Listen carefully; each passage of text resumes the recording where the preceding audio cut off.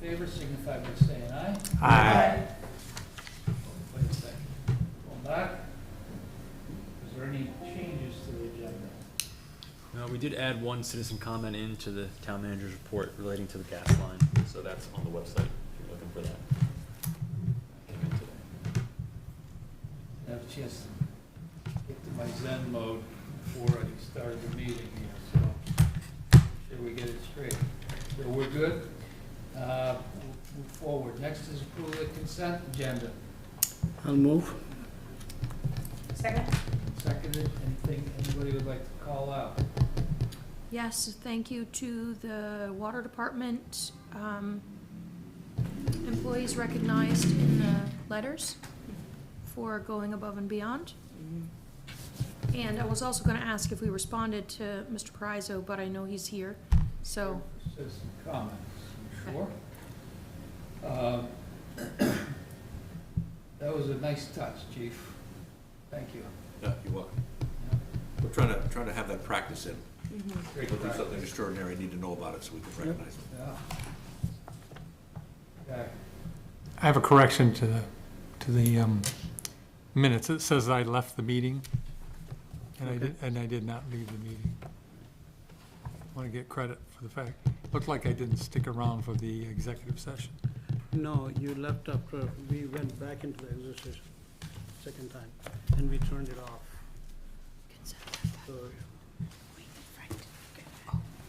So, So after you said goodbye to me, you went into another executive session? Oh, okay. yeah. So that, I miss that's why anything it was, good? was something not, So is somebody beat on the bad that you talked about? it was not bad. One of our managers announced his retirement. Okay, I knew that. So that's why it meant. Oh, got it. So I guess it's right. Strike that edit. Strike the edit. All in favor of approving the consent agenda as drafted, signify by saying aye. Aye. Aye. Opposed? Okay. Citizen comments. Kevin, come on forward. Thank you, Mr. Chairman. First of all, let me publicly thank you, Brian, for sending the email letter out that you did back in July. And so that's why I'm here, is I think all of you got my email. I was just wondering what the status is and if we're making progress. And Either, was it myself or you, Chief? I thought it was you, Chief, that sent the follow-up on that, it was me. Yeah, I think it was you. I did the airport issues.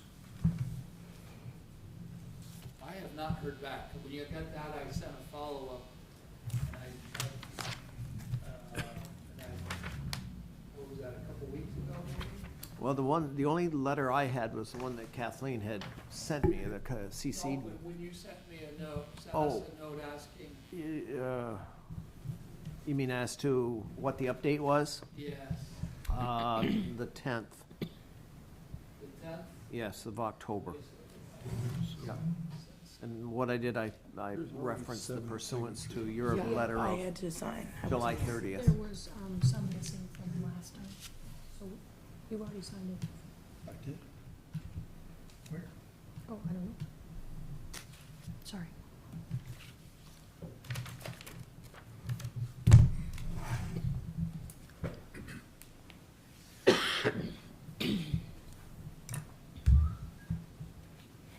Topic of my letter. Well, it was talking about the emergency. Do you have the copy of the letter there? I do. Just what's the subject matter on it? Creation of emergency access Seymour Street. It was sent to Sheldon, Michelle, and Dan. Sheldon Hooton, Yeah. Boomhauer, and Delafleur. Sure. Am I close? Dan Delavriere, Yeah. Michelle Boomhauer. Okay.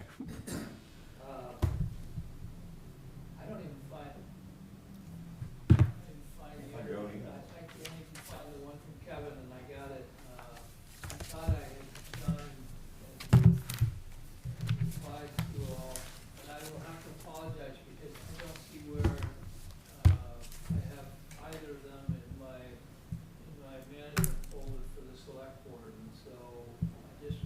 myself a note, and I will send a rebuttal to them saying, hey, you said you were gonna get with us and you haven't. Okay. I thought I did, when you sent me that, but it's not coming up by that time.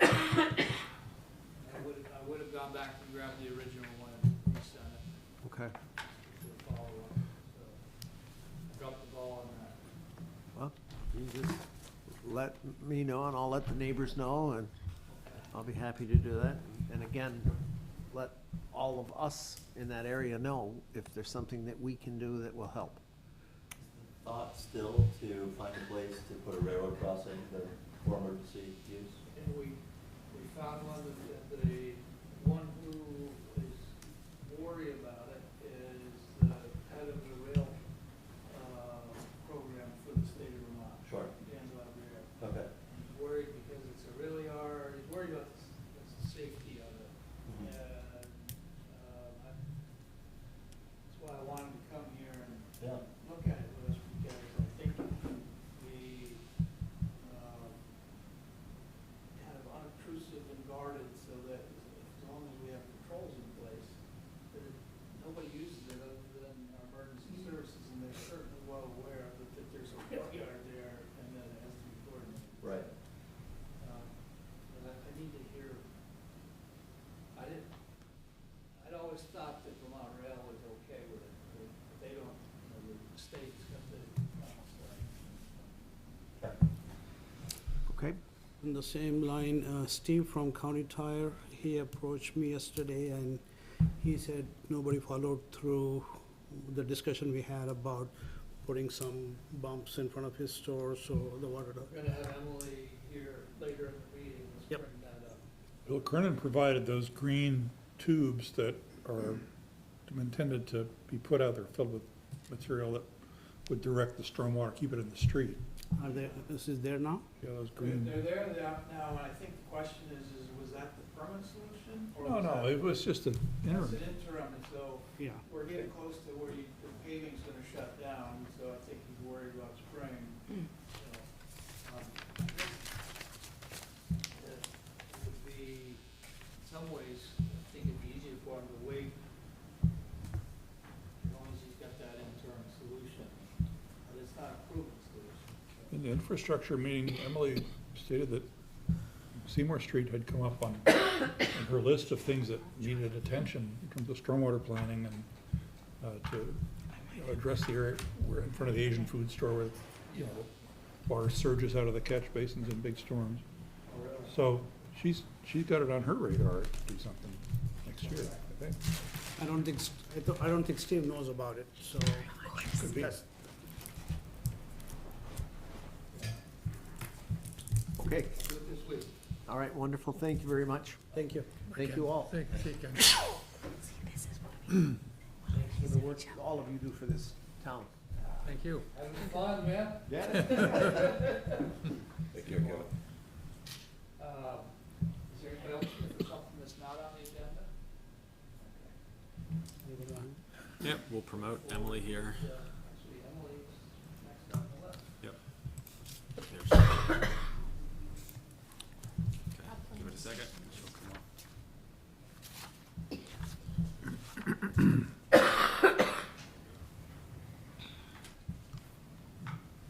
All right, Emily, you're a panelist now. There we go.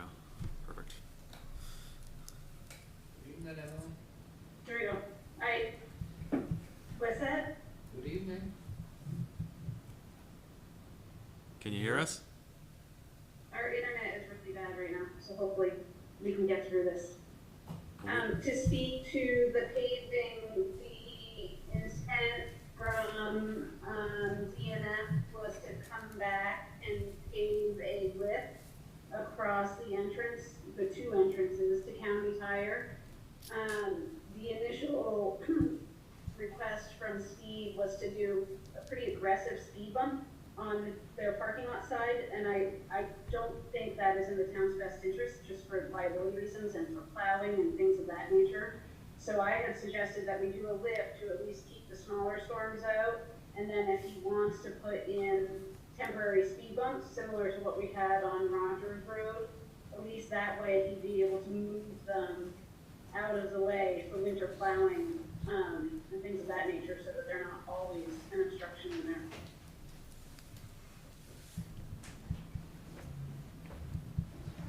Have you had that conversation with him sounds like maybe if he approached Farhad, I'm not sure where he's at mindset or knowledge-wise on that, so maybe, you know which speed you I talk told with? him that was our plan, and he still wants aggressive speed bumps. Oh, okay. All right. I'm more than happy to take advice otherwise, but I don't want the liability of damaging a car entering the parking lot, or make it hard to plow the parking lot. I know from talking with previous owners of that property, there's always been a stormwater issue in there, and I think it got exasperated by the rail project. And I don't really have a great solution for that, but I think a lip across the front is what we've been doing for other constituents, and it has helped in the smaller events. It obviously, nothing solves the 1,000-year storm flow impacts, but it would help for the smaller storms. So that would happen this fall? The lip, Sorry, Fred, I couldn't hear you. would the lip happen this fall? Would the lip happen this fall? It would, it would just be like a couple of inches, and it would go across where the sidewalk is. Yeah. Actually, so we wouldn't, that's the other problem, the sidewalk crosses right at his entrance, and so we don't want to impair ADA compliance. So we can make a small lip to at least keep the flow in the roadway, and then we would trim down to the catch basin that's right there to help direct the flow that way. Yeah, but can that happen this fall? Oh, yes, that was the intention. DNF had to go and finish other town paving contracts, and then they were going to circle back. Good. Their plans typically open until December. So we have time. Okay.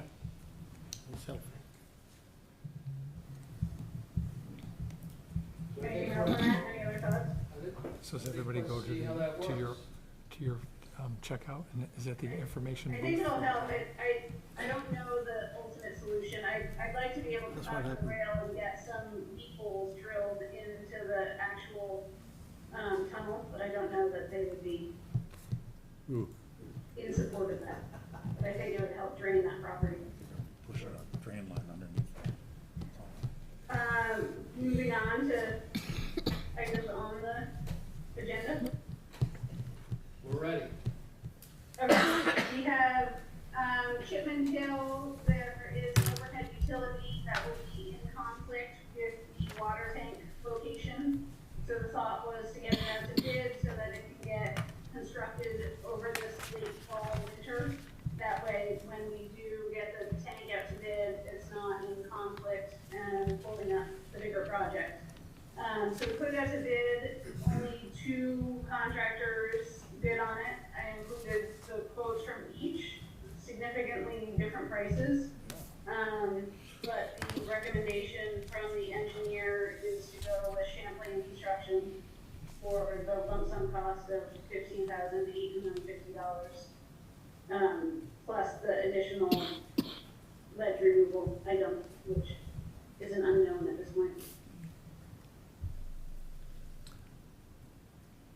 I would move that the board endorse the recommended bid award to Champlain Construction for $15,850, and as otherwise stated in their bid proposal. Second. Second, any questions or comments?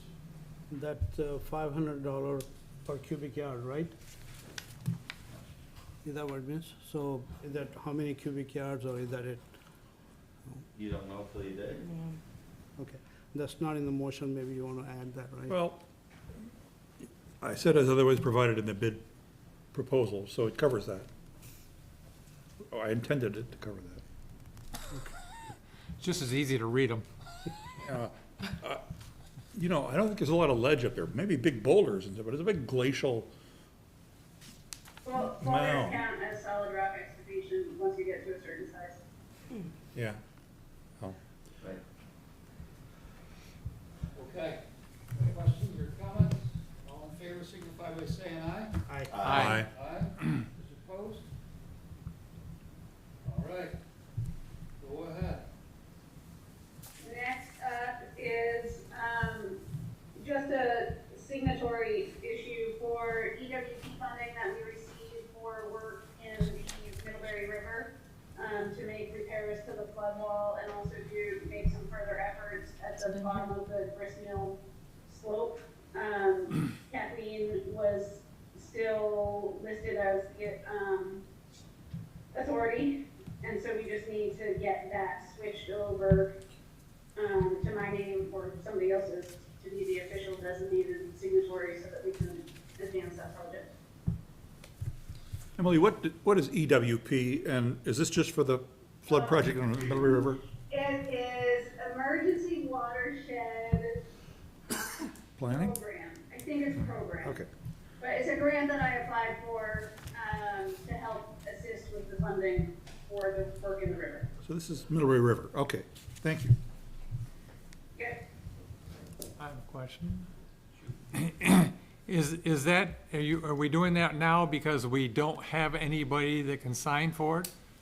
Or is this something that was normally held by the town manager as to sign?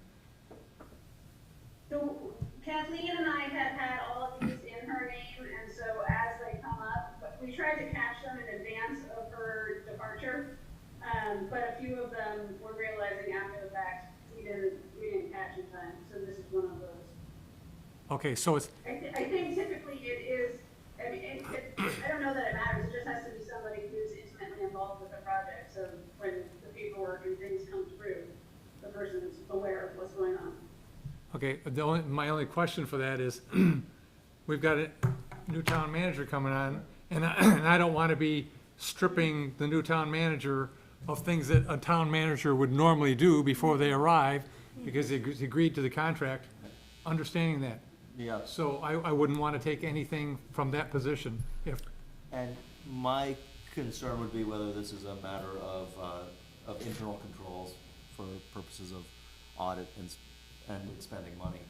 Having a separation of duties like that between the public works and the town manager. So are you saying, Andy, that you think it should be the town manager? I don't know, I'm not a CPA, I don't know what the full controls are or whether this matters. I mean, the whole, We could put it in the interim town manager's name now and go through the same motion in January. Would you prefer that, Dan? I would. I'm fine with that. Are you fine with that, Emily? That's fine with me. If Wait, that's the case, we might want to switch, we have the same for the water tank also. Right now, I'm the signing authority on that one.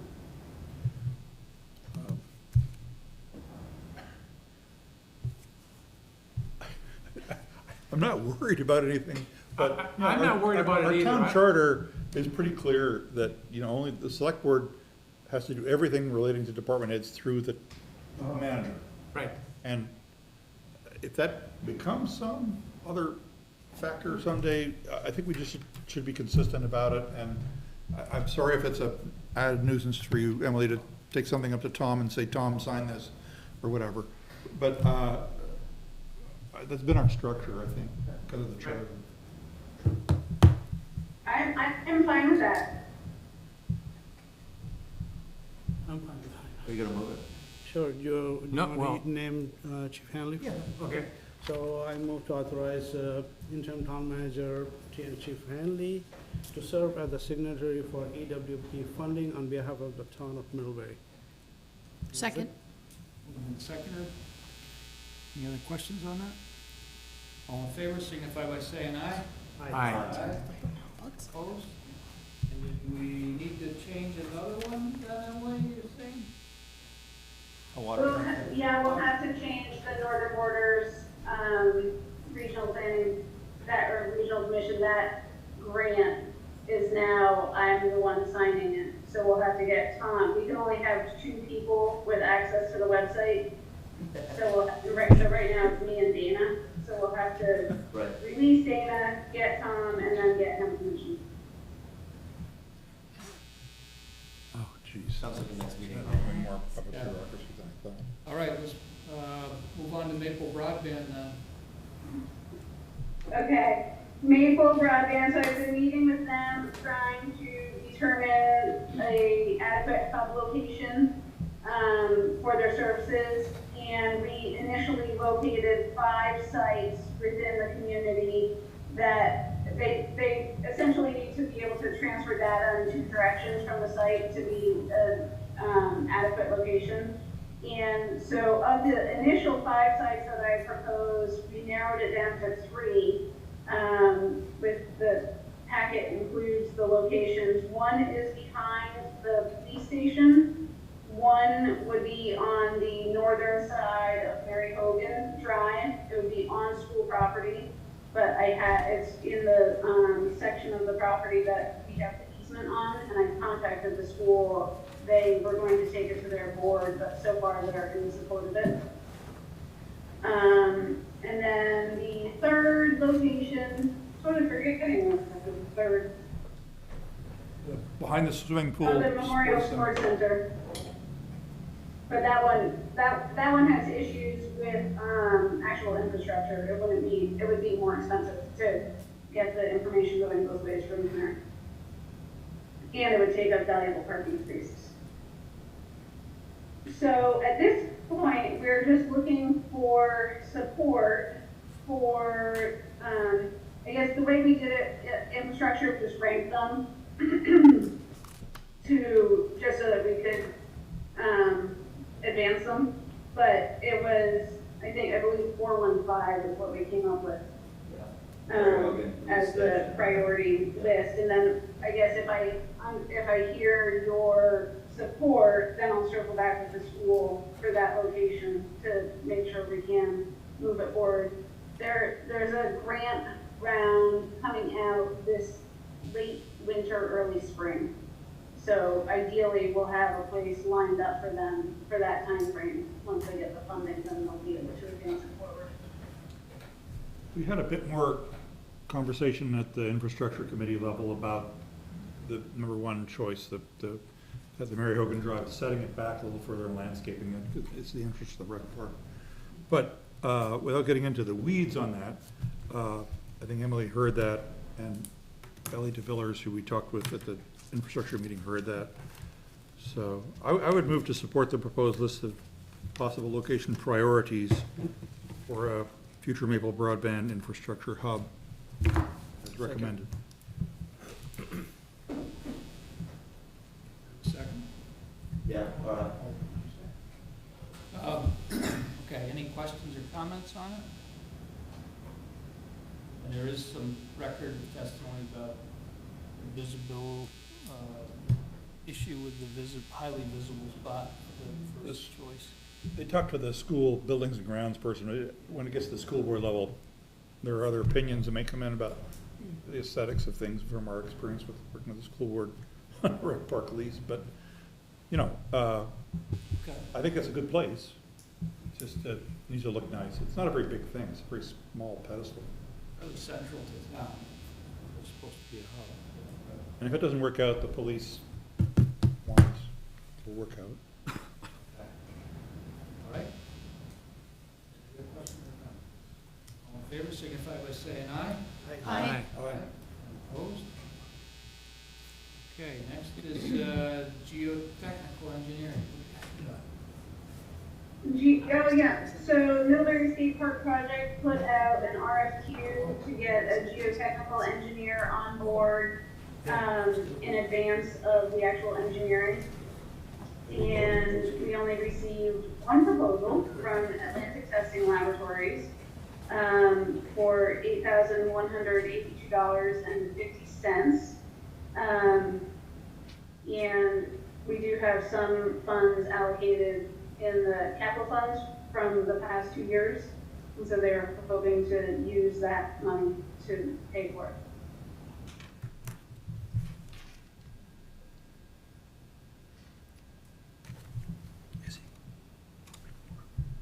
Oh, yeah, I love the skate park.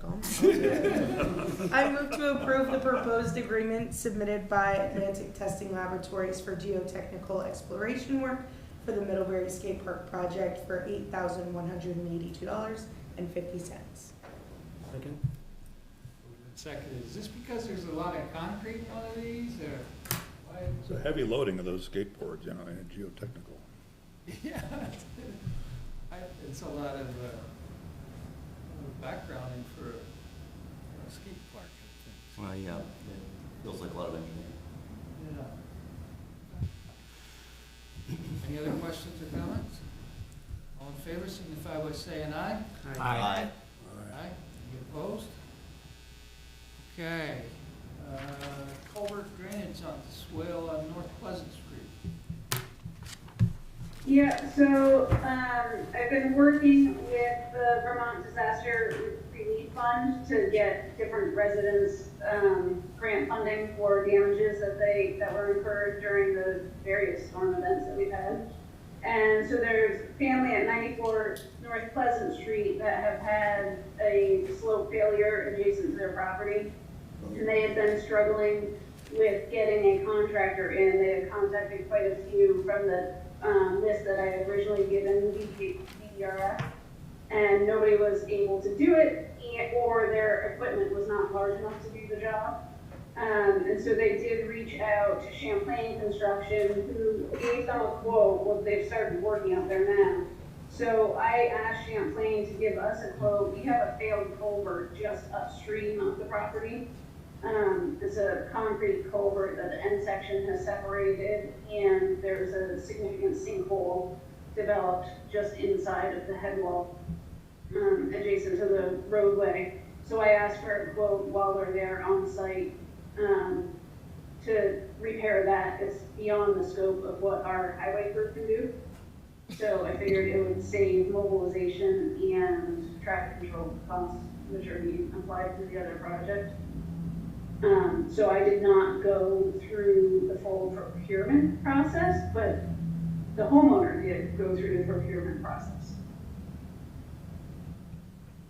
I'll move to approve the proposal from Champlain Construction Company for $9,200 to repair a town culvert and drainage swale located nearby the planned VDRF work at 94 Pleasant Street.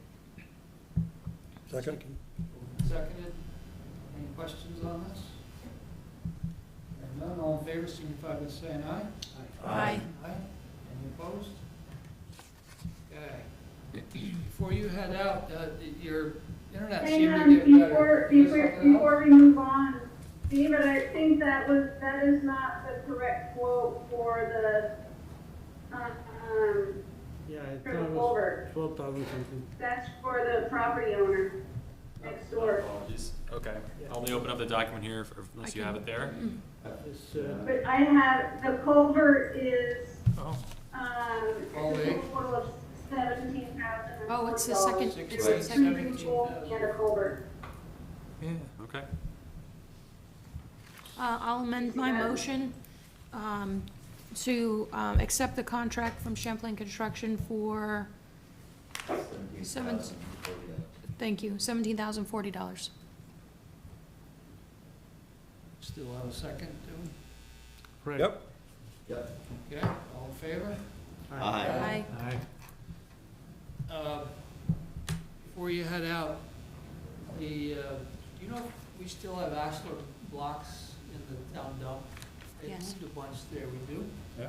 So, the Town Hall Theater is looking at doing something that's a little nicer on that slope that we look at. And I was wondering if what's the availability for some project like that to bring them back into our downtown? To be used to help fortify that walk, that steep bank. Is this towards Merchant Shore or towards the railroad? Do we have enough to support them, do you know? I don't know how many we have. I mean, that's just. Do you know what they need? I can find out if, would you, I mean, I don't know what the process.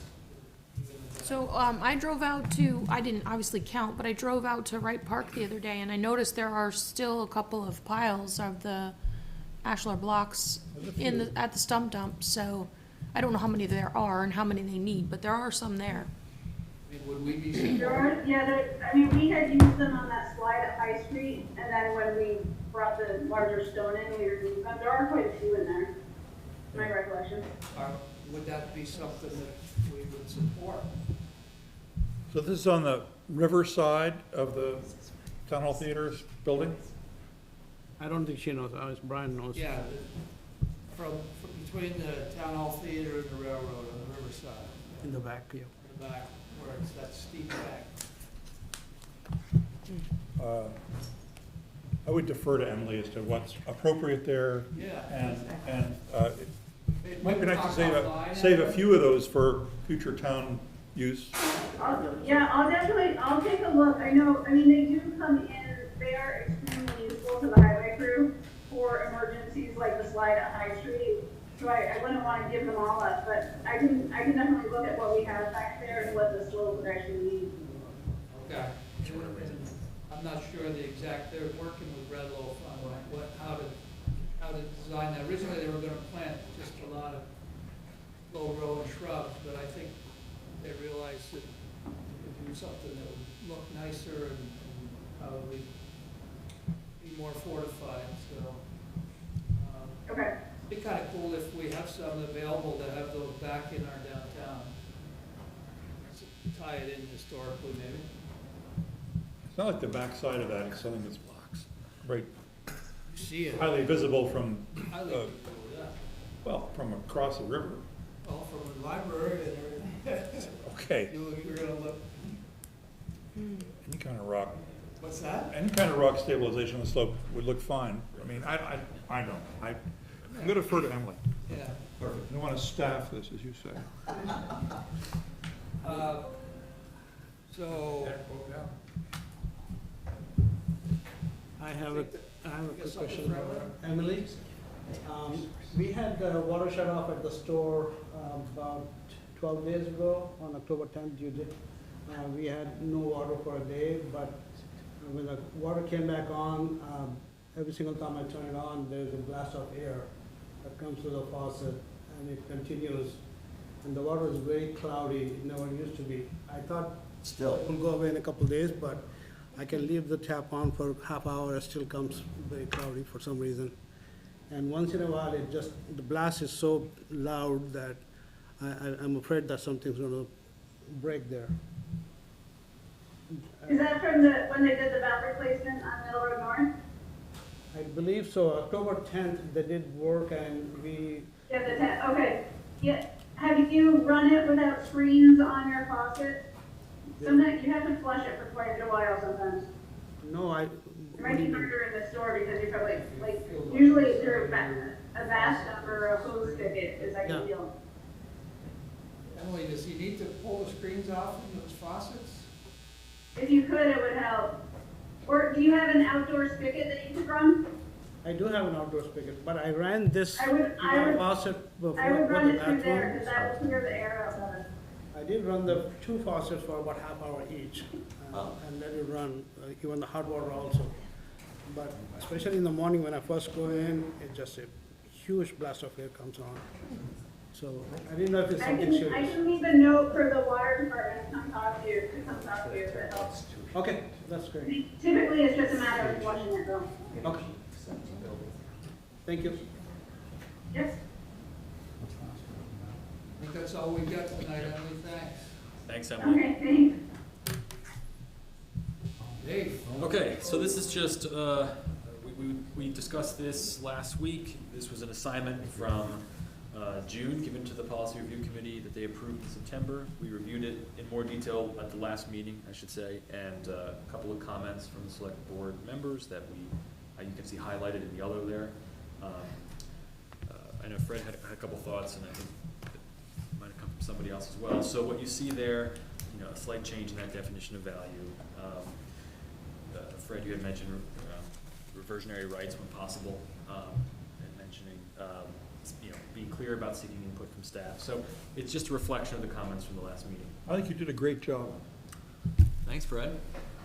Appreciate it. All right, I'll take it. Is that a motion to adopt? Actually, I appreciate some of the revisions too. I think it flows better. I think we're better for it. I would move to approve the draft town policy for determining consideration for requests for town issued easements. Second. And second, questions or comments? This is the third time that we Yes. Discuss this? Second. Third? I think we had an initial We did guidance the initial, yeah. Okay. in the draft. Alrighty. Right, Third time we discussed it. There we go. All in favor? Question? Yes.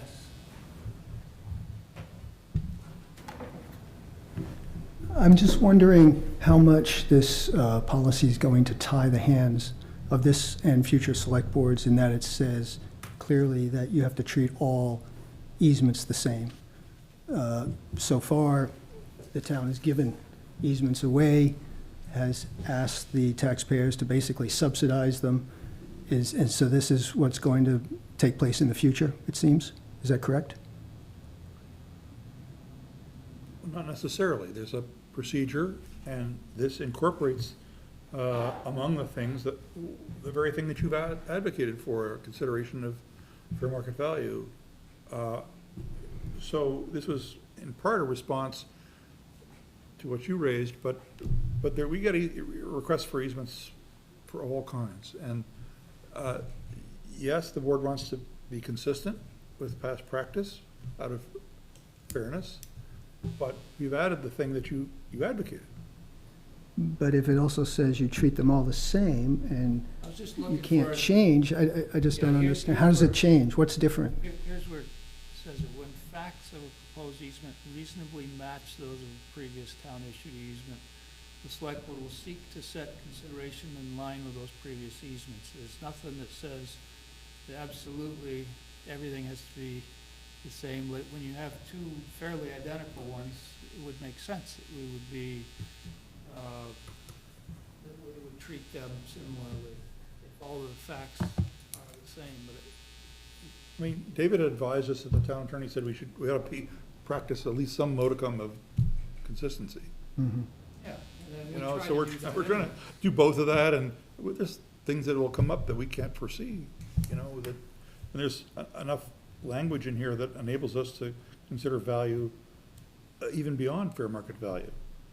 You know, that if something, let's say somebody requests an easement for something that, you know, is a very small footprint of square footage, but it blocks complete access to the parcel that the town needs.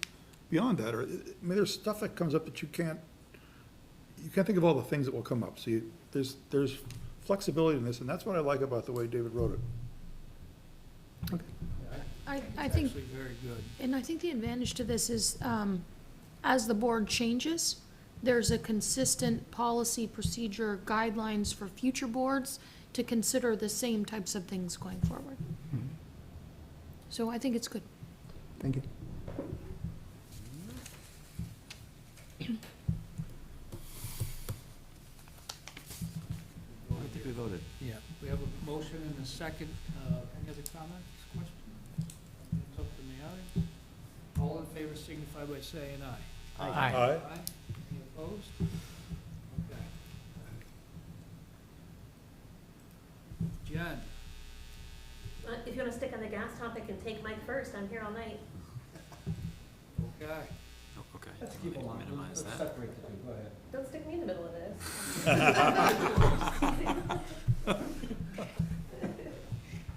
I'm like the sorbet, I'm a little palate cleanser. We're right on schedule, so. When you just let me know as we move forward. Perfect, thank you. Thanks for a little bit of time tonight, appreciate it. Good to see y'all again. Wanted to let you know about a project that's kicking off starting tomorrow, technically. There's a kickoff meeting here in this room at 6 o'clock. We're going to try to start earlier and lure people in with cider at 5:30 to see if they want to talk about the comprehensive town plan in general, and just kind of chat about that casually for half an hour. But then at 6 o'clock, we're gonna have Brian Wright and TPUDC here. They are the consultants you recognize from the Downtown Master Plan back again to help us with like a master planning zoning project. So we were lucky enough to be offered a grant, which is pretty big money in planning terms. $100,000 is a lot for a planning project. We were one of 12 communities offered to participate in this project. The money comes from Department of Transportation. It was going to be, oh, can you go to the next slide? Sorry, I haven't. I'll pay better attention. So Department of Transportation associated with communities that were along the rail line, but they're also kind of venturing off into Ferrisburg and some communities that are on a bus line. And the idea is that so it's administered by Chittenden County Regional Planning. Addison County Regional Planning is a partner. Town of Middlebury is one of the participating towns. So it's a really fun consortium where we get to see some new faces. There's 5 different tasks associated with this project. The first, just project management, that's CCRPC. There's a real estate market analysis that was performed. Oh, Is there something quick? Yeah, I'm wondering if we can get the spectator screen turned on so we can see what's on the screen. I got it. Oh, yeah. So a market analysis was performed by White and Burke. So White and Burke asked a bunch of different questions, tried to figure out kind of like what the market is, because there's no sense in doing a bunch of master planning and bylaw work if you don't really understand what types of buildings your community, your economy supports.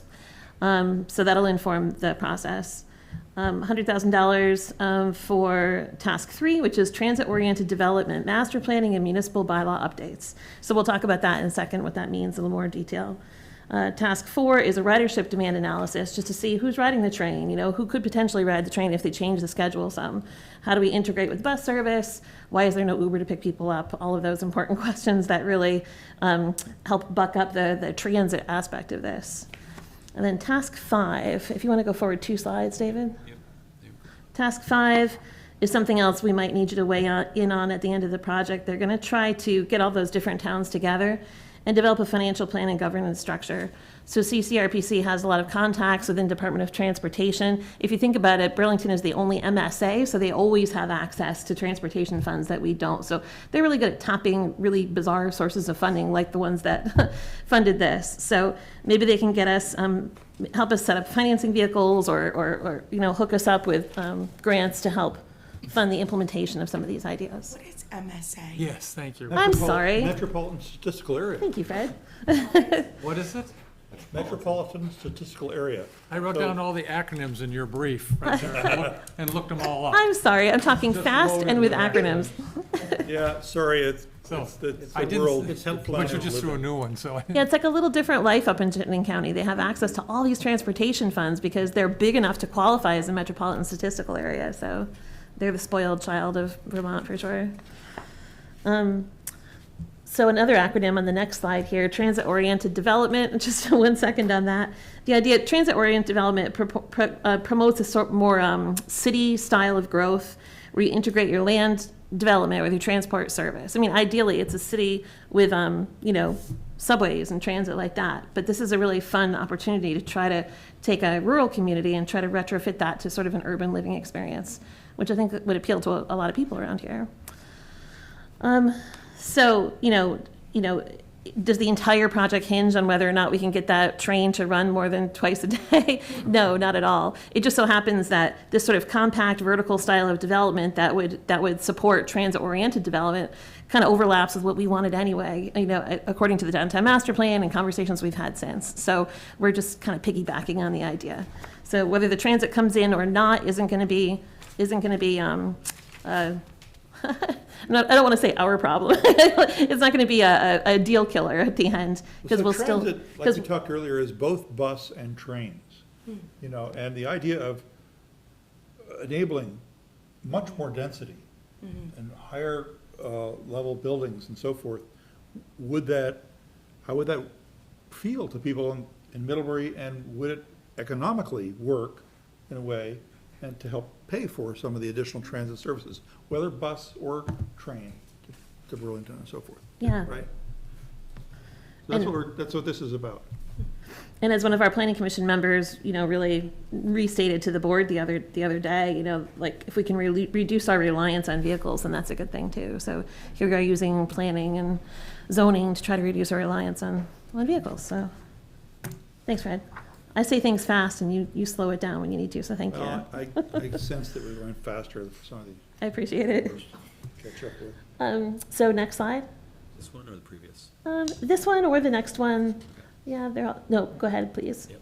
Yeah, so the project approach is that we would have our kickoff tomorrow. First, they develop an illustrative plan. You remember all those beautiful illustrative plans from the downtown master plan? So this is choosing a new place to do that. It's a really great way to inspire a conversation and try to figure out what the level of tolerance is for this verticality. Do you like 3 floors, or do you max out at 4 floors? Can you go 6? And just show some different images and see how people feel about it.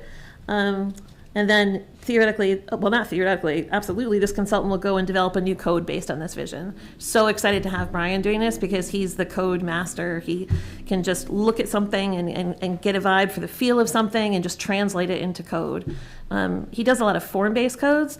I think this will end up being more of a hybrid form-based code. We don't really have so many developers dying to come to Middlebury that we want to do a form-based code that might be a little difficult to administer, but we do want it to be prescriptive enough that a developer could come here and feel like they can just check some boxes and not deal with a big conditional use review at the DRB hearing. It's just, that's how the bigger towns do it. It's a little more sophisticated approach, slightly different operating system. I'm concerning Fred a little bit, but don't worry, because we'll have multiple iterations. It's an interesting experience to see how ready the town is for more urbanistic stuff. Yeah. When we did the Marble Works Westridge and added a floor level, we were worried, would that feel okay? A lot of people respond well to what it looks like in the context, and this is what this firm will do, is provide some visuals for that. Whether it works economically is, attracting development is about attracting investment. And so the pieces of this that look at both of those, what it looks like, what people feel comfortable with. For any plan to be really successful, it has to engage people and be financially practicable. And we'll see. It's a very interesting experiment. A couple examples of master plans. This was a go that one of our interns had at that site.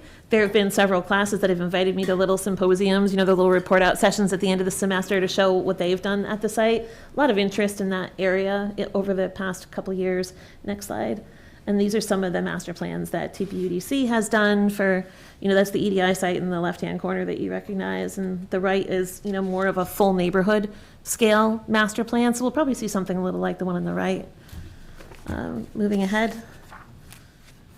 Just little bragging rights. This was a map from the downtown master plan that showed sites with development potential. I like this map a lot because it correlates closely to some of the zoning districts we created in 2022. And it also correlates kind of nicely to our project area. So we're not just picking these sites out of the blue. We identified them in 2020 and we're kind of moving forward with trying to figure out what to do with them. Because, the sort of common sense way of explaining this is that, you've got vacant parcels there across from the Amtrak station. They could very well change hands in the next 5 years, maybe less. We don't have a lot of control over what the private sector is going to do. They'll buy a parcel, I'll run them through zoning, but I can't control everything about what they do. So another way a non-regulatory way that a municipality can try to kind of, work with a developer and convince that developer to be in a position to be sort of the hero to the town that helps us realize the vision instead of the person we need to do combat with, like you're messing up our vision, is to do a master plan in advance. It's like, it's going to make you like the really great prom date that everybody wants because she really did work on her outfit and knew exactly who she was, So I think that appeals to developers. Some people are enjoying that metaphor, some not. Okay, so let's go to the next one. A lot of people complain zoning is inhibiting to housing development. That Stone Crop project had theoretical capacity for 600 dwelling units, and they were only able to put 200 and something on it. Would people really have been happy if there were mid-rise apartment buildings on that? So zoning is really not the obstacle that people think it is, theoretically. But attracting investment and it's a much more ambitious kind of a experiment to study this, to see whether it will really attract investment. So good segue with the mention of Stone Crop. you know, it's not enough, we say we want more housing, right? And so we can loosen the zoning regulations and up the density and get development, but we want it to be development that is courteous to what's already here and gives us great neighborhoods, not just neighborhoods. So next slide. Planned unit developments, you've all heard that term by now. That's just something in state law that we can do. Instead of just doing a typical subdivision, you could do a planned unit development subdivision. And state law says that allows us to kind of play with the dimensional requirements and play with the uses and kind of do what we need to do with that subdivision to make it right, even if it doesn't fit in with the zoning, right? So we've used PUDs to be a little bit more permissive in subdivisions in the past. Next slide. This traditional neighborhood development PUD that you guys passed in 2022 is a specialized kind of PUD. So it's almost like I think of it as a plug-in section of zoning. You can sort of like plug it in and it just works with your existing zoning. You don't have to change the zoning around it. You just plug it in. It gets triggered when you're in the R20 district at 4 or 5 units or more. And then you have to use this section of the zoning. And this section of the zoning does all those great things that create a wonderful neighborhood. It requires a certain amount of affordable units. It requires you to have a variability in the housing type, green space, open space. All these garages, except for 3 or 4, are going to be rear loading off of rear alleys. That is so cutting edge. So cutting edge that the 911 people didn't know how to assign the addresses. They're like, what is this magic? 1957, when they came up with alleys. I guess. Okay, so it's not cutting edge? No, it's an old thing that we reinvited. Well, You recognize that as a stone. It confused the 911 people, I can tell you that. So. What's the address? Front or back? Right, exactly. Because they don't see subdivisions like that a lot, and certainly not outside of Chittenden County. So there's just so much I'm proud about with this subdivision, and part of it is because, you know, Summit was a great developer to work with, but a lot of it is because our zoning required it. And Summit never balked. Summit never told me like, oh, we can't afford that. They actually participated in helping us create that zoning before we passed it, as you recall. So this is just a real success where when you have very prescriptive zoning, but it's still reasonable, it helps that developer do the right thing. And so now it feels much more like the town and that developer are a team as we go into the breaking of ground there. So, yeah, next slide. I just wanted to show you visually. So on the left are the images that are from that T&D section. Like, that's what that specialized PUD creates. The buildings on the right are more like what you might want down near the Amtrak rail platform. You can see the difference in terms of the height and how close they are to the street, a little less green space, more urban on the right. So that's why, in the next slide, thank you, David, sorry. This is why we're trying to spend this money to create yet another kind of specialized PUD that would be triggered in a different district at a different scale of development.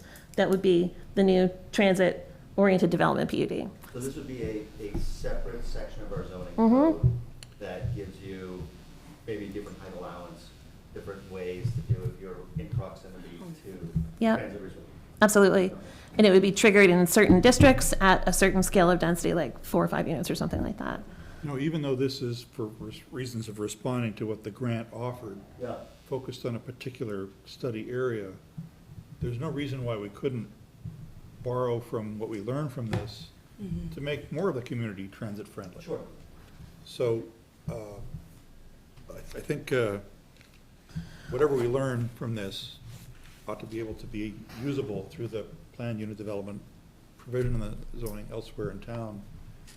Or if we like what it's Seems creating, appropriate. if we like what it's allowing, and we find that we're really comfortable with that, what I call an operating system, that sort of hybrid form-based code operating system, and developers are like, wow, this is so prescriptive and easy for us. We don't spend a ton of time hung up in like conditional use reviews and design advisory committee, and we don't know what's going to happen to us. We know if we check all those boxes, we're guaranteed an approval. If that really works well for us, we can take that operating system, we can put it in other parts of town, near the Shaw's Plaza, down by Farhad, you know, like wherever we want, like a little bit more development. So, yeah. So I'm just trying to spend that $100,000 wisely. I'm pretty excited. So we've got the meeting tomorrow. If anybody is like a housing wonk and wants to take like a deep dive with a consultant, I've got 2 half-hour slots left. You could meet up with them on Thursday. I've got one at like 10, 10:30. I was kind of holding one for you at 8:30 because you're a morning guy, but like, you know, whatever. So just give me an email if you think like you want to get in deeper. Yeah. You've already lined me up. I Really? have a question about Act 181. Is that the? Oh, don't quiz me. I'm not going to know. Sorry. No, I just know that there's, as far as our local zoning, there's these tiers for various levels of 250 review. Yeah. And that we need to have like a 1A submission in if we want to have the latest amount of state 250 impact Yeah. on portions of town. Yeah, Is so that right? their consultants ought to check into that and write this in. Yeah, I'm just wondering, I know that the RPCs are central in providing guidance to municipalities on that process. I was just wondering where we were in that. We have not received guidance from Okay. the Regional Planning Commission. We haven't even received guidance from ACCD at the state level. Okay. So I've been forgiving myself for being a little lazy because I don't want to like read it, think I understand it, and then have them tell me it's something different. But, you know, I know that the TND was enough for us to qualify, I'm sorry, let me get this right. The traditional neighborhood design PUD that we used for Summit Yeah. was, you know, met all the requirements for us to be able to qualify for a neighborhood development area, that geographic designation, and that's a really hard process to clear. So if this is even more dense on top of that, I feel like we'd be in a really good position for qualifying for the top tier. Yeah. Plus, this is all in that NDA. So if it's, you know, Summit was exempt from Act 250. This would be too if it met their affordability requirements. Maybe that's the other reason I'm not sweating the Act 250 stuff, because I know that for the right affordable housing project, they're going to be exempt anyway. So I'm already getting what I want. But good question. Most of what we do in our downtown, designated downtown will be exempt from Act 250 anyways. Uh-huh. within the rules. Yeah. So, but they're still issuing guidance. They haven't hired the full-time staff yet. Right. That stream corridor is a stinker, though. You know, the EDI site falls within the stream corridor, like a bunch of the Marble Works, and behind the Marble Works all falls, you know, and those things are always exempt from those benefits. Is this close enough to the river that it falls into the stream corridor? Yeah, yeah. Well, I think there's quite an embankment, you know, behind like the Addison Independent, and it drops off and it lessens in the valley where the old wastewater plant is, but it reappears again up on Otterside, you know. When he And I said, think the when he area said, that's low down by the river is gonna be a river corridor. when he said this, I think you meant the EDI site, where you pointed in that direction. He was asking about whether this Oh. district, The one you're talking about? Yeah, the parts that are along the river, like Fred says, that are down the hill. but Yeah. there's still, and I think it's gonna be fine to, you know, have those areas be in their pretty much natural state for whatever increased storm frequency and intensity is gonna do to us. But there's plenty of other land up above, you know, like between the police station and Otterside, and some of the land that Gary Baker owns and others that, you know, could accommodate quite a bit. And it'll be interesting to see how that can be visualized and what residents who are invited to this will think about it. There was a proposal for some housing done by the Smart Growth Vermont in between Otterside and the police facility. And, you know, the reaction from neighbors was kind of NIMBY-ish. They like walking their dogs there, you know. And it was a beautiful design, much like the Stonecrop one. So you never know how neighbors are going to react. And even though we're exempt from Act 250, that still could be an issue. So engaging neighbors, testing what they feel is comfortable is an important part of advancing, you know, the realm of the possible for. I was glad to see you had Gary on that list. Absolutely. I started with Gary. I mean, we're just so tight anyway. We talk about this stuff all the time. He's one of my favorite people to talk planning with. Yeah. Any questions for Jim? Gary's on the list. Sam is on the list. Dave Hamilton is going to be on the list. He's currently the head of the ACCT board, or they call themselves Addison Housing Works now. Yeah. So we've got a lot of fun people there to inform discussion. Yeah. I didn't know that he was working with Addison Housing. Yeah, and the DRB chair. He's a busy guy and teaching at Harvard, and yeah. Thanks again, guys. I appreciate it. I'm a little over time, but it was fun. No worries, thank you very much. That's a preview. Yeah. Mr. Dumont. Yes, Your Honor. And I have with me Attorney Sarah Starr, who worked on the Supreme Court case with me. You want to both come forward? Happy to have you both You forward. gotta grab another chair from there. So this is a first for me, and it's very intimidating to appear before a panel that includes Mr. Dunnington, who wrote Chapter 117 of Title 24. I didn't really write it. We did some revisions for affordable housing back in the early 90s. He wrote it. He wrote the whole thing, the zoning statute. Yeah, well, I was a zoning mechanic once. Anyway, and we've been through some Public Utility Commission, Public Service Board proceedings and the Velco, and so, anyway, go ahead and presentation. You all have the memo I wrote on September 25th, I assume. My pitch for you today is that you should put your oar in the water. You can decide later the direction you want to paddle, but you should put your oar in the water. There's no deadline yet because VGS hasn't filed its petition with the PUC yet. Once VGS files the petition, by statute, they have to notify you quickly or immediately, and then you'll have some time period after that to submit the form saying you want to be an intervener. If you don't become an intervener, you can submit comments, like any member of the public can. But if you don't become an intervener, you can't submit questions and get information. So it's about party status, Yeah. like with the hydro, right? And very interesting to read through the stuff that you attached in there. I'm curious, are there towns that have retained you as a client? Or that you're a client, that are your clients in this, or what's your? So I represent, and Sarah has represented with me, a number of individual landowners. All right. And I would not accept a town as a client because I think there'd be potential conflict of interest with my individual clients. So what I'm trying to do is make sure you all know what your options are, and hopefully you'll become an intervener. I mean, if you're a town and you ask for it, you automatically get that right. You know, it's automatic. And then I hope to get you information from our engineers, and then you can act on that information, and you can request information that you want from Vermont Gas. Sort of the big picture here, over the last 12 years, I've learned that there are pipeline engineers all over the country, but there's only one who will testify against the industry. His name is Richard Kuprowitz. He's based in Seattle. He used to be a pipeline engineer who worked for the industry, and then he went out on his own, and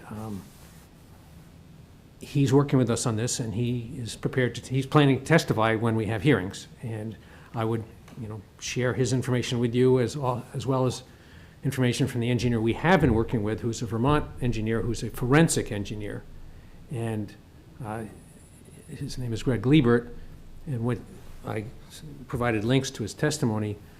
Some and substance of what he said up until now is, it's absolutely astounding to him that a project like this could have been built without a supervising engineer. It's just mind-blowing. The engineers didn't stamp it and state and supervise the actual construction. Right. But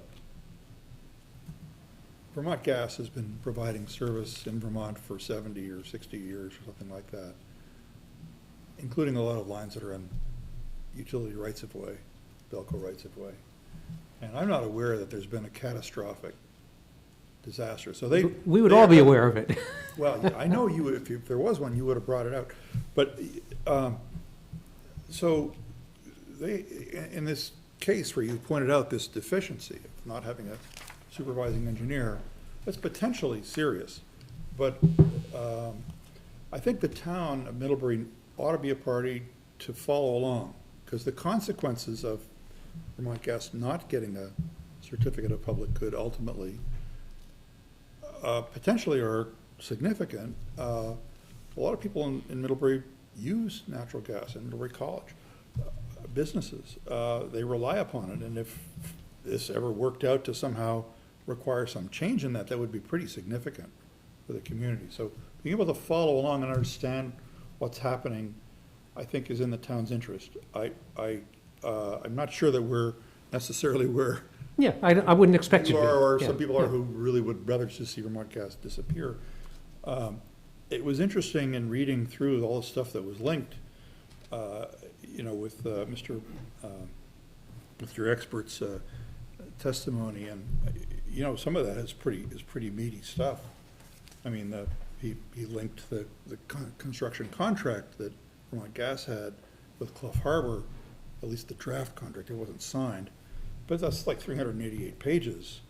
It was in our packets here, and I don't know if the board really got into that, but I read this stuff because I'm sure Mr. Carpenter read every page too. There's 100 pages of the pipeline integrity management system, that's incorporated in that contract. That was, part of the national, because the federal government regulates pipeline safety as well. And so if there were a catastrophic explosion from this, it would be obviously pretty serious, but there hasn't been that experience. Anyway, I think it's in the town's interest to follow this, and by virtue of being a party, you're not representing us. You're not gonna say, oh, I represent Middlebury, and Middlebury doesn't want. No, Okay, no, so, I wouldn't go there. What's the remedy for the fact that some parts of this might have been buried less deeply than it should have been? In your opinion, what are you asking for? Okay, so it depends on where you are. For example, if we're talking about New Haven, where according to their engineer, they're only 9 inches away. So should From there be failing better a standard. marking of it, or do you want them to dig it up and replace it? What do you want? What are you asking for? Okay, it depends where we are. Okay, so if we're talking about New Haven, there is really great cause for concern for the wetlands in New Haven, because the pipeline has gotten so close to the surface. In Middlebury, actually, you can't say that you know how close it is to the surface, because I don't believe they've told you. They've told you what their plan was to bury it.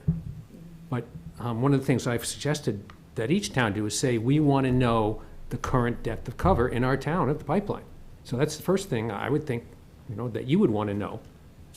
There's only a tiny part of this that actually jurisdictionally comes in Middlebury. It's just up to behind the rental storage units on Route 7 North, up by the cycle lots. And from there it becomes distribution. Right. But that's Right to the end of just barely over the town border is where it, Well, is the part that's in Middlebury. It goes to where there was that wonderful flaring demonstration. Yes, which is either in or next to the industrial park. Just before the industrial park. You know what the flaring issue was? I know Mr. Carpenter was on the select board. So what happened then was, Vermont Gas depends on this inline testing. I think they call it a PIG, that runs through the pipeline. The PIG doesn't work unless you have enough pressure. And they didn't have enough pressure to actually test the pipeline. So without telling, whether it's the select board or the neighbors, they just put this tremendous amount of pressure in it to get the PIG from north to south. And then they had to burn it off. And it's sort of, to me, it's just an example of the level of sophistication we're dealing with here. And yes, it's true, we haven't had an explosion here in Vermont yet, but they didn't in Massachusetts either. Well, You never have one until it happens. I know, but 60 to 70 years of a perfect safety record is, Well, I don't want to disagree with you, Fred, but the data nationally is that the newer pipelines are more prone to explosion than the older ones. And most explode, they don't know why. It may be that construction has gone too fast. There are lots of theories about why, but the older ones don't have breaches the way the newer ones do. For whatever reason, nobody knows. we only learned in one instance, happened to be with the Halliday Road culvert, that Vermont's gas line on their as-built plan wasn't exactly where it said it was. And it wasn't a big problem for us, but, having good as-built plans is pretty important, because you don't want to accidentally dig into these things and cause a problem. So And that I is think one of the I think most- it's important. I don't want to, belittle this, but I think the town should follow it, and I just don't know what the remedy is. You know, if you don't know how deeply things are buried or how accurate the as-built plans are, it can be pretty worrisome. Right, so- I think the town should follow it, but I Yeah, and I don't expect the town to say close down the pipeline, but I've, like in the letter, I said, here's some questions you might want to ask. good, because You know, that would be a yeah. tough meeting. I wouldn't show up. So, thank you.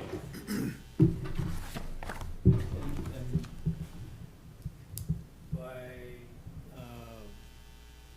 requesting to receive party status, we'll get all the notifications and everything as well. We'll see what he's, I mean, it'll we'll be see what he's easier. ultimately gonna advocate. Easiest, Revenue. well, we can make a decision what our actions are, but as far as asking for party status in an ongoing situation that actually does involve potentially the town of Middlebury, I would think we would want to do that. Thank you. So, what do we need to do that? I think the town, there's a form that you fill out to ask for interveners party status with the Public Utility Commission, and that's something we've done for, So we have attorneys who prepare those forms and submit those for us, at least for the hydro. And do we need to make a motion I think we should. authorizing? Authorizing chief to submit for party status. in Is this something we talked to about with the town attorney? Yeah, yeah, Benj could prepare it. It's not a complicated, I wrote one up. I don't think we need a paid attorney for this. Yeah, as far as if we were to decide we wanted to take any action, Yes. Yeah. then I think we would want legal advice, but as far as this is. I have a question. And Are you telling us this to be a nice guy, or is there some motive to get the towns involved in this? Well, I'm, The latter. frankly, when I read the letter that Vermont Gas sent to each of you, I was outraged. They were saying this is just a minor technicality, everything's all taken care of, don't even bother to get involved. And so my initial reaction is, I have to get out there and explain to people that's not true. Just sort of out of a sense of outrage. So my goal is to have every town involved and the regional planning commission and have them ask good, hard questions. And I think we'll get a better result if that happens. Better for my clients and for the towns. Okay. It's true with any development. You know, you can have development agreements, you can have, with the stone crop, it's all boils down to inspection. And as-built drawings being accurate and following engineering accepted practices to protect everybody's liability. That's what needs to happen, whether it's a pipeline project or a residential development. Mike, I think, had a And comment. I was just gonna say, like, the Energy Committee has no financial stake in this. We do not have clients that we're representing. And we wrote the letter because we were very concerned about safety and thought that it would be very important for you, because you have that ability to be interveners and to participate in the process. The Energy Committee is happy to help in terms of research and helping with questions, working with Jim and all of this. But it is, just to be clear, you know, Jim is representing these particular individuals. The Energy Committee is trying to think about the energy needs of our community.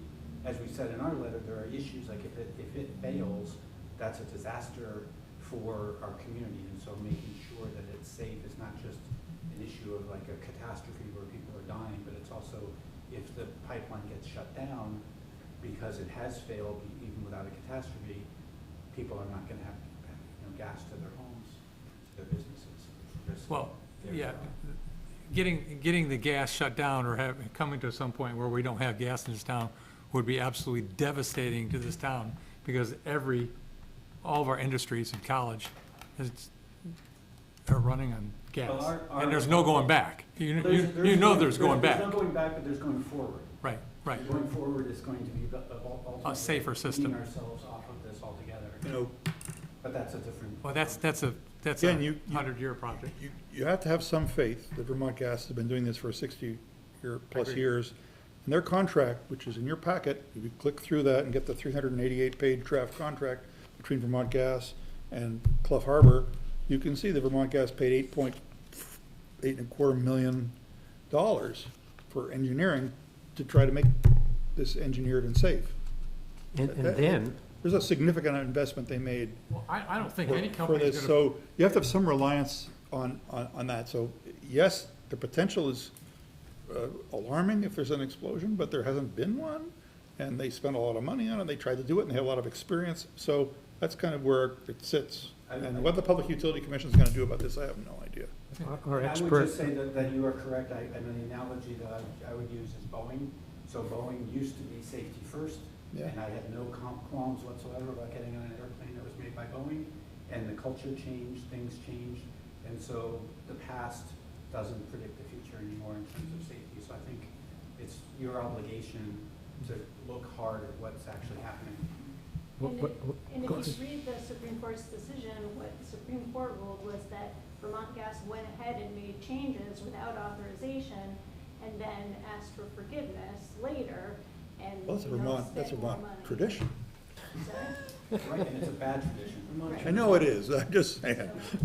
Lived through 30 years of that. Was on. So the prospective involvement of towns will make sure that there's transparency about what they're going to do before they do it, and it's above board, and we're not in the position of having to figure out what's under the ground when it's already in the ground, like we are now. I can't resist pointing out that our expert went through that contract and the current communications, and what he found out was Vermont Gas canceled the part of the contract that called for continuing supervision by Clough Harbor. That was in the initial contract, and to save money, Vermont Gas canceled that part of it. Yeah, developers do all sorts of things to try to save money. I've been there. And I think, right, and I think developers are different than people that run gas pipelines, which are basically explosive devices. So I'll make a motion to authorize interim town manager Chief Hanley to submit a petition for intervening party status in this issue. Second. Questions or comments? All in favor? Aye. Any opposed? Okay. Thank you. Thank you. Thanks, Jim. Dedication. Isabel? All right, thank you all for giving me some time to talk about our Diversity, Equity, and Inclusion Committee. Farhad and I are your select board representatives on that committee. And we started that committee in 2021. We got a lot of great survey data from DEI consultants at the state level that worked with the committee at the time. At the time, that committee had a lot of participation. People felt very active in that committee. We met pretty regularly, and we always had a really packed agenda with a lot of items that, you know, included action items, things that we could walk away with. Initial goals for the committee were to increase accessible services. I think we've really done that when we think about updating our website. Our website is a lot more accessible. I think about the items and what we catalog at the library. We're getting a lot of more new, diverse books that represent a lot of different lived experiences. And when we think about like the police department, when it comes to recruiting, and the recreation department, when it comes to the programs that they offer, I think they're offering a lot more a variety when it comes to like adult and youth programs. We also wanted to focus on safety. So thinking about creating a community culture where people feel safe and we're reducing the hate and acts of harm that we see. And then also focusing on welcoming, which is just outreach to new community members. And I think we really focused on that when we think about trying to table at different events and trying to cooperate with other organizations that do this work. But I feel like Farhad and I have been at the past couple meetings and there's no one showing up. It's Farhad and I and Chief and David. We don't really have a lot of agenda items, and I think we're really looking for some direction. So I guess some questions that I'd like to pose is, you know, thinking about membership engagement, like what strategies should we implement to recruit more people, especially from underrepresented communities. Thinking about the work plan that we have staff that are working on a work plan that aligns with the 2022 data, and they're actively working on it whenever it comes up, but it's not something that feels like action items attached to an agenda that Farhad and I could lead a team on. When we think about like impact measures, how do we know that what we're doing on the DEI committee is actually helping our community, right? We don't really have any, you know, end guidelines. And then what do we want our long-term vision for this committee to be? I love getting together and talking about diversity, talking about inclusion in our community, and also having those conversations one-on-one with people, but I think we're losing steam when it comes to us having that conversation. I know that conversation is happening throughout the country and throughout our community on Middlebury College campus. There's so many community organizations and student-run organizations where they're talking about equity. I know there are different work groups, and equity is at the center of a lot of the conversations around housing. But I think when we think about how we're having that conversation here at the town, at the committee level, we're not getting participation. And I don't necessarily think it's because of the timing of our meetings. It's just, we don't really have this like spectacular agenda where we're tackling these really fun, beautiful, like difficult conversations to work through. So we're not really getting a lot of participation in activities. So I'm kind of looking for, again, ideas on membership engagement and like impact measurements, and then also like a long-term vision. If anyone has any thoughts. And Farhad, David, feel free to add to that. I think the interest pretty much dropped off when Tabitha and Lisa finished their job. Our consultants, yeah, and we had a full-fledged group right after they left, and one by one, Ross also was part of the group. I think some of that has to do with the scheduling also. I think some of them because it was not convenient for, I think you mentioned that you couldn't make it at that time slot. One of the things I noticed, I don't know if that's a big factor, but normally when we have a meeting, we send reminders a couple days before or something. What we are working off is on a Google sheet, right? And there's a schedule we make. The work plan is on a spreadsheet. Yeah. The calendar is whenever you want it to be. So I don't know what's there to tackle as far as when there's only 2 or 3 people sitting here. We don't know what to talk about, and we meet for 15 minutes, then we table it for the next one. So if there's participation, I would love to be a part of that, but right now, like you mentioned, what the structure would be, assemble when a related issue is raised, or quarterly meetings, or when we need to. We need guidance on that, I think. Well, so in the committee, or, you know, we got the benefit of 20/20 hindsight. If you look back and said, is there anything that we've done that, from the perspective of DEI, we could have done better? Any example, anything we can use to? I think the main thing that Tabitha and Lisa did was they interviewed the departments, and they met with people, and they did these workshops, and they created a survey. That was the extent of what they did. I don't know if I call that a long-term end result to what we are supposed to be doing. Ongoing dialogue should be, what else can we do to benefit this community? Yeah, like I said earlier, I think there's a lot of organizations who are doing this work, and I think there's a huge need for us to partner with other organizations who are already having the conversation, because we don't need to reinvent the wheel. You know, Middlebury College is probably having these conversations.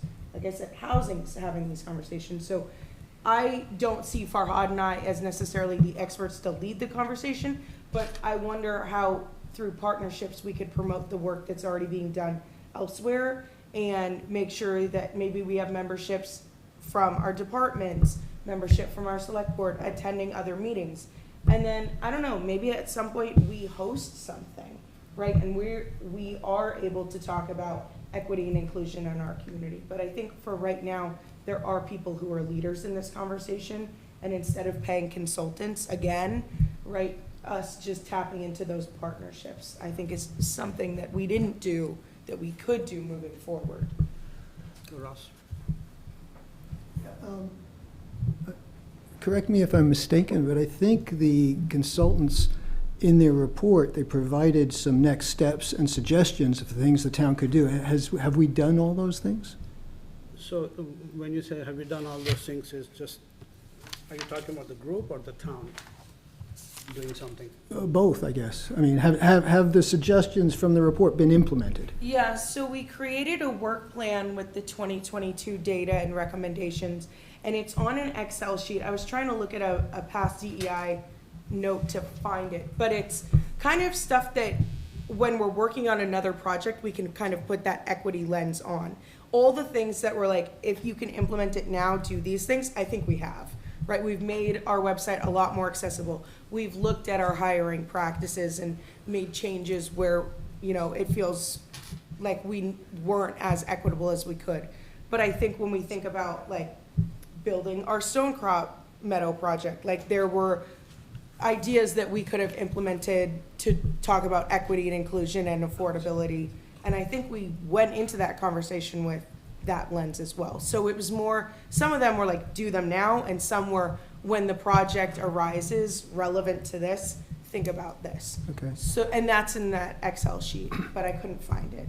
Well, I've got some ideas, and now that my busy season is over, I could be involved Join again back if up, you yeah. hold your meetings at a time when I don't already have a commitment. Yeah, absolutely. So, or if not, Great. I can just throw them out at you and see what Yeah, you can yeah, do. send Farhad and I an email. Right. Yeah, absolutely. Yeah. Thank you. Are there things that you would look for us to do to help connect that, make that connection with other groups? It's so tough because I put this on the agenda and I don't exactly know like what we're asking for. It really is to bring awareness to, it feels like a blank agenda. It really does. Farhad, any? I think if our group needs to move forward, we need participation. We can't be 2 or 3 people meeting every 3 months. I don't think that's gonna work. And I haven't seen any, personally speaking, I reached out to many people when during the course of my day at the store, and I haven't seen a lot of interest. People always say, oh, you're doing a good thing, but I don't see anybody willing to be part of this. And that's where I'm struggling with. DEI seems to be associated or becomes important when there's issues. And that's what kicked this off. Yep. Yeah. That's the whole thing. So, we certainly don't want to create issues, but, it's become less important because of the community we live in. And if we don't know, I mean, there's a lot of people that live in this community that are different than me. Yeah. And those are the ones that we need to be asking the questions of. You're asking a group Yeah, of almost all white people, yeah. you know, how do we think about DEI? And it's always the wrong group to be asking. As well as people with a strong sense of belonging, Right. strongly invested. And this is my community. Right, no, I see. So this is the wrong group to be asking these questions of. My thought and hope for this project, since, like, I think that we need something which, we need processes that help everyone with an understanding that some people feel less enfranchised and less sense of belonging. And my sense was that if we had good feedback mechanisms for interactions with the town, good ways to collect experiences for people after incident report, for a fire or police involvement thing. Some way of just starting to collect information so that we would know where as a town providing services, they're doing a great or a not as great job, that could be kind of an entryway to know where to improve the processes. No. That was my only thought around it. But I think partnering with the college and understanding what the college is doing, because they obviously have a staff that works in Darland.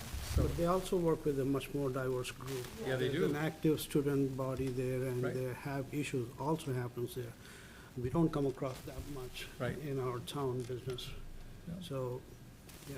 Yeah, and I foresee us like tapping into maybe joint programming too, so when they're hosting something on their campus, you know, making sure that they send the invite to us so that we're going, I because think so, yeah. college students are members of our community, so being able to have them feel like they have belonging in this community, I think is another great thing for us to do. So partnerships, joint programming, making sure that we have a really feasible way to get feedback after incidents. Yeah. I always felt like we met a big chunk of our objective also with just the education and awareness Yeah. that we received by the training.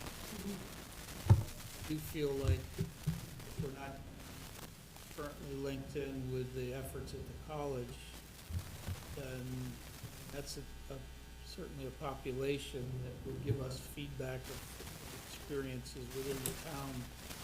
We could look at how they're, when we talk about feedback on processes, I think they probably collect much better data than we do. And that might be a ready-made feedback channel. I think Dan made a great point that, you know, this comes up in the instance of, you know, situations that the town finds itself in. One that comes up for me is, and I have no idea, what would those friendly to the cause of DEI have to offer to the homelessness challenge that the town is going to walk into soon here? I have no idea what that would mean, but I wonder about it. We're looking for a place to put tents, and the football season is becoming momentarily soon. Football? Football stadium would be a good campground.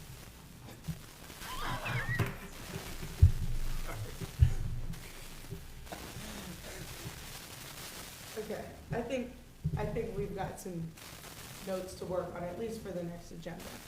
And then we'll actively recruit. Yeah, this is good. I was just looking at the charter statement, I guess, whatever it was that the select board did, creating the commission, to see like what, if there were goals or vision in there, and I didn't really see them. And so that makes it kind of hard because you're creating them kind of as we go with the idea of like, what are the metrics? How do we, what's our North Star here? Yeah, well, when we created that, we were looking for education. Yeah. We didn't know what we didn't know. Right. Yeah. So, Yeah. Does the, I have a question about the DEI, like, I've been curious about this for a while, like, does the DEI group really kind of focus on, like, race and ethnicity, or are you also looking at the hard line that gets drawn, like, between socioeconomic, status? Because, like, when I'm trying to engage people in the planning process, for instance, it's the less privilege that I'm worried about as well. Yeah, like, I think the goal is to really, like, view all underrepresented identities that we don't necessarily see in our community, hear from our community. You know, attending our select board meetings, we have a lot of the same people. So trying to get more people to come involved and become involved, I think is the goal. I know that there's, like, in our work plan, things related to, like, ADA as well. And as a planner, I'm super interested in those things. Yeah. I did reach out to one of the occupants at the encampment here, who has a job. Unfortunately, she doesn't have housing, and I asked her if she's willing to come to the select board and bring her perspective, what it feels to be, because we're all talking about them, and they're not part of the conversation, which I think is not right. So I wanted to bring it up at the board member concern, if I can ask her to come and talk to us. If it's okay with you, I'll let her. I apologize, I take long pauses, it's really easy to interrupt me because I trail off. But I was asking that question to kind of set up the idea that maybe if you would have more things on your agenda if you sort of expanded it in that direction too. And I could really see, especially with the new town manager coming in, us really working on our town processes, right? Because, like for instance, like where are we gonna build a sidewalk? Well, now we've got a bike ped plan, and so you're able to look on the list, and that was an inclusive process and included a lot of people, and people can still bring their project ideas, right? So now we're moving toward this really equitable, transparent direction of like choosing projects to fund as opposed to like a vocal minority showing up and harassing people at multiple meetings, which is not equitable because those people probably had something happen in their lives that made them feel comfortable talking at meetings and being loud and being assertive, or maybe they've got a hookup like, within the administration or something like that. So I could almost see that group sort of expanding in the future to help, me and David and other people who are gonna be working on these things coming up to expand the role. That makes sense. Good points. We need more plans. Get checklists. That's me. Yeah, I got it for you. Oh, thank you, thank you. Okay. I move to approve the total expenditures in the amount of $993,347.30, consisting of $855,703.76 in accounts payable and $137,643.54 for payroll for the period of October 8, 2024 and October 22nd, 2024. Second? Second, and all in favor, signify by saying aye. Fabulous help. Board member concerns, Fred? No. Thank you. Heather? I don't have any right now. Isabel? Great car show, great pride parade. Awesome. Couple great events. And spectacular coming up. You see the high parade? Pride parade. Proprietary. Pie parade, I'd be down for a pie parade too. I've never heard of a pie parade. Boy, did I miss that. That'll be good, yeah, right? Holy cow. Rahat. I have a couple of them. A smaller one, which is, there's too many fruit flies today. I don't know what's going on. Mine was gonna be a nice touch. He gave us, each of us, one fruit fly to battle for the night. It's like, Each of us had our fruit fly. so what's going on, David? We are locked in an epic war with them right now in this building. People eating a lot of fruits and leaving them Waiting here or for something? now, but no, we're taking some steps to see what we can do. Did you put in like a worm compost device? Yeah, we purchased wonderful little fruit fly things for them to fly into, and we're trying to find where they might be in the building. I would start at the town manager's office. That's where I. I've got it up there. Both our offices are full. We started by blaming each other, like it was your apple, like it's your, and then we realized we're all the same. Towns are going to fruit flies. K&K from BMP, they wanted to let you know that they ordered 3 Adirondack rocking chairs for the plaza here. They're out there. Oh, nice. They're there now? Okay. So, and Woodware gave them at cost, so, which is great. They talked to Bill Kernan and he made it happen, I think. So that's the second thing. The third thing is Jen's presentation today, I have to say, was a little bit hard for me to follow because there's a lot of information in a small amount of time. So I'm gonna go back and read through it, and if I have any questions, I'll let you know. But Fred seems to know a lot about these things, and he made a comment that zoning is not the issue about housing in this town. So I wanna have a conversation with you sometime about that, because I think the chemistry in the select board has changed a little bit because you seem to know the answers and you seem to have a conversation with the presenter more than anybody else. So it's hard for us to squeeze in a question sometimes because you also have the answer to the questions with the James Dumont and Jen. So for me, I don't know, where do we fit? Do we ask a question in between? Because I appreciate that you know a lot, but I don't know how. Well, I don't want to make other board members feel uncomfortable, and I want to use the knowledge and energy and the time I have to try to work on town things, but I don't want it to make other board members feel uncomfortable. So I'm worried about that myself. I think we have to feel, you don't want to make Jen feel uncomfortable also Yeah. with this too, so. Yeah. But tonight was a pretty good example of balancing each other, so. But you're in a hard spot. Well, I can't help the knowledge that I have.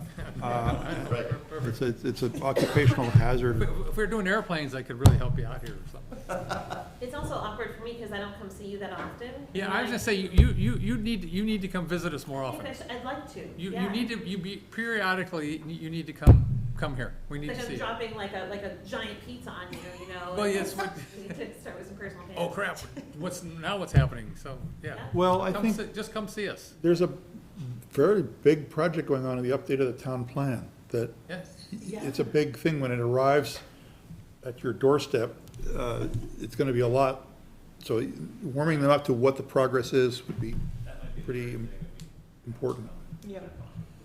We'll let her, if that's all right, it's another topic. Yeah, and I feel like we could talk more about housing, you know, some of our successes. There's some successes that I don't want bragging rights, I just want you to have those bragging rights when you're in the community and people are like, hey, you know, you didn't, I want you to have that like ready at hand, be like, no, we're actually pretty awesome, this is what we've done. We need to talk more about housing, because that's our number one project, and we keep saying that here. We need to be talking about housing. And I'm gonna say that you need to be talking about your infrastructure, because you've got to make sure it's in good shape before you put all this housing in. We talk about infrastructure every single meeting Oh, isn't it for a great? long time. I think it's fabulous. So you don't tell us you're being shortchanged here. She's feeling left out now. I wanna put that $100,000 to the $50 million wastewater treatment upgrade. I want to put it to the library. Okay. Wow. Was that your? Oh, no, I have some more smart aleck things. Oh, dear. One thing I'd like to, don't partner with Tractor Supply when it comes to your DEI efforts. Oh. Indeed. You and I are the only two that know that? No, we all know that. Tractor Supply and John Deere dropped all their DEI efforts about 5 or 6 months ago in response to the political climate in the country. John Deere did too? John Deere did too. All about farmers now. And I understand the farmers are important, but they dropped all that. They dropped all that from political pressures.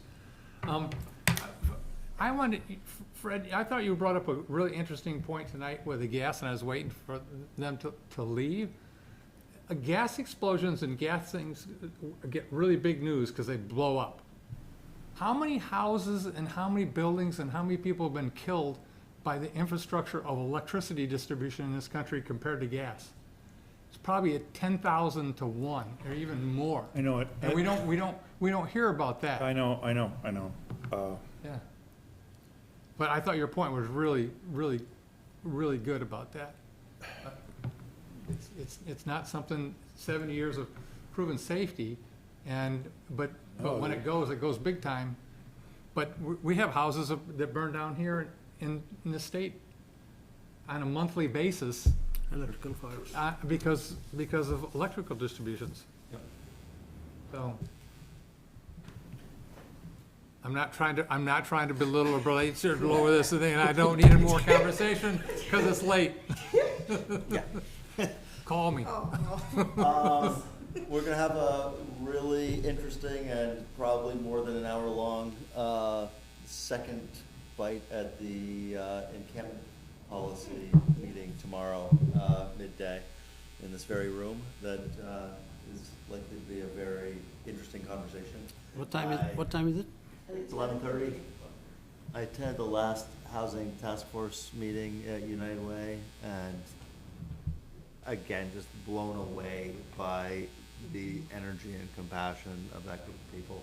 Probably 20 people on the call, in the room and online. And to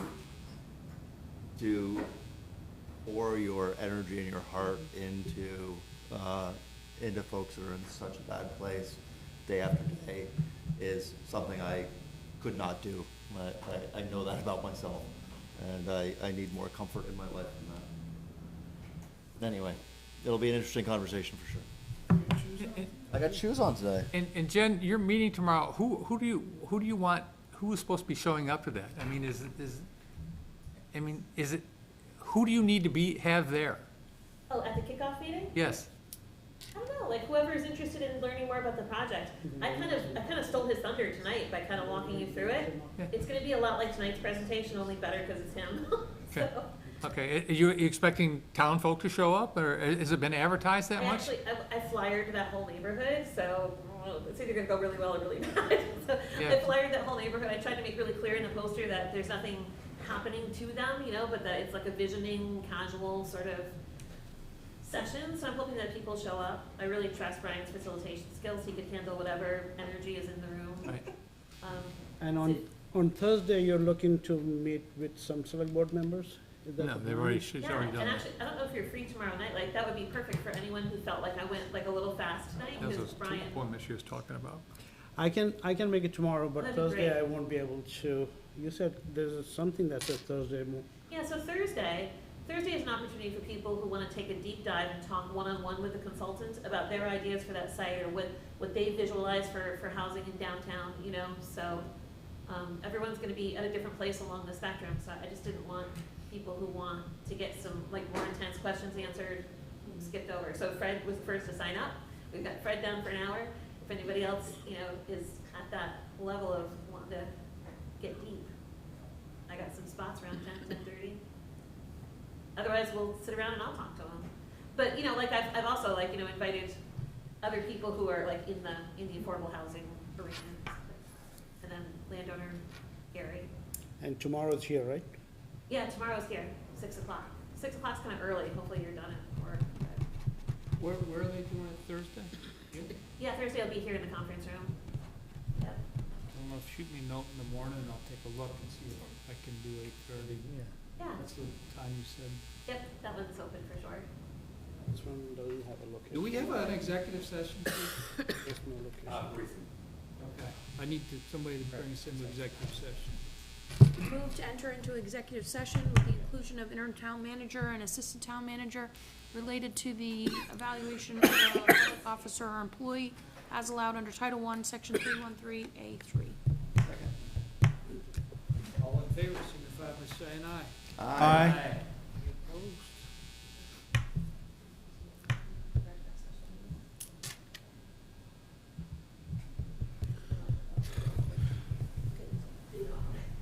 Thank you.